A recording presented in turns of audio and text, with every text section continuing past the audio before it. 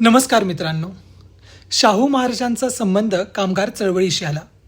कामगार नेते सीताराम केशव बोले यांनी मुंबईत पीपल्स युनियन म्हणजेच लोकसंघ नावाच्या कामगार संघटनेची स्थापना केली होती.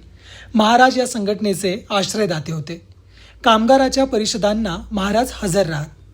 इंग्लंडमधील हुजूर पक्ष आणि मजूर पक्ष यांचा महाराज अभ्यास करत होते. बहुजन समाजाच्या मताप्रमाणे कारभार चालला पाहिजे असं ते म्हणत. भांडवलदारांमध्ये ब्राह्मण आणि वैश्य अधिक आहेत, त्यांना दबावात ठेवल्याशिवाय मजुरांची उन्नती होणार नाही असं ते म्हणत होते. कामगारांना मजूर संघ काढायला सांगणारा कोणता राजा जगाच्या पाठीवर झालाय?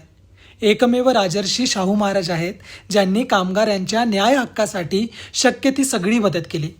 कामगाराच्या हाती सत्ता यावी यासाठी तळमळणारा कोल्हापूरचा राजा दुर्मिळच म्हटला पाहिजे.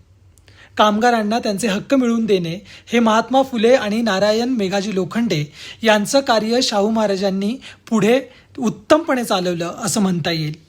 धन्यवाद.